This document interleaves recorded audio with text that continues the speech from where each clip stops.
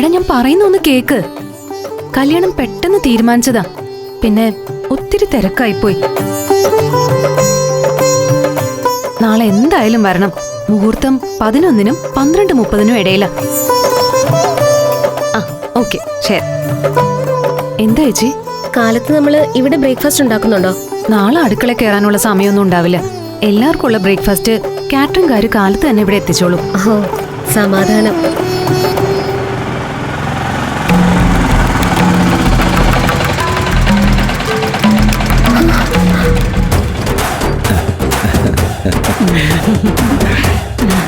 എന്റെ ദൈവമേ, അമ്മാവനും അമ്മായിയും. രോഹിണി, ഞങ്ങൾ വന്നു. കല്യാണത്തിന്റെ കാര്യമൊന്നും അവരോട് പറയണ്ട. വഴക്കൊക്കെ മറന്നു എന്ന് നടിച്ച് എന്റെ കയ്യിൽ നിന്ന് 10,000 10,000 അടിച്ചു മാറ്റാൻ വരുന്നതാ. അത് കെട്ടിയാ അവരങ്ങ് പൊയ്ക്കോളും. ചേട്ടാ കാശ് ചേട്ടാ. കാശ് ഞങ്ങൾ ഇവിടെ പോയില്ലല്ലോ, ഇവിടെ തന്നെ കാശ് ചേട്ടാ.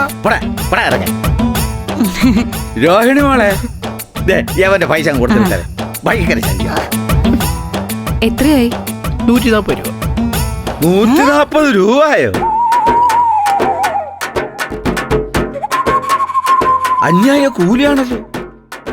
140 രൂപ കൊടുത്താലേ നല്ല സ്വയംഭൻ 1/2 ലിറ്റർ സാധനം കിട്ടും. അടിച്ചു പൂക്കുട്ടിയാവാം.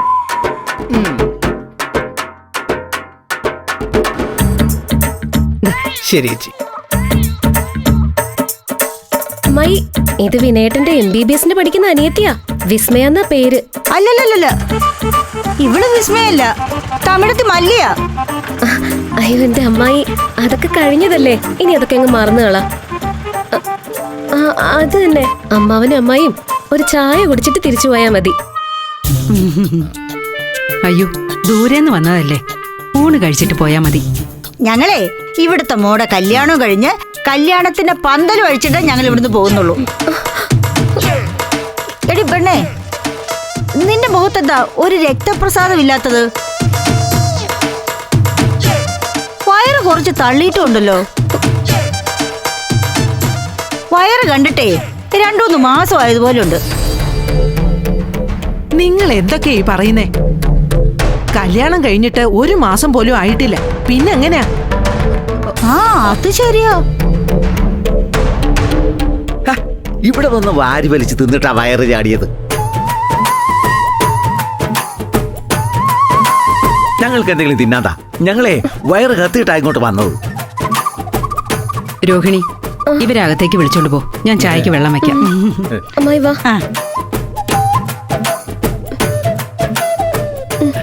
വന്നേ. ഒന്ന് വീശുന്നോ?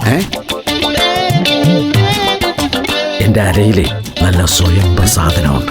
ഒന്നടിച്ച നിന്ന് കത്തും, ആനമയ്ക്ക് തോൽപ്പിക്കുന്ന ഇനമാണ്. അയ്യോ, നല്ല ബെസ്റ്റ് ഇനമാണ്. നമുക്ക് കാണണം. ഇവിടെ കാണൂ.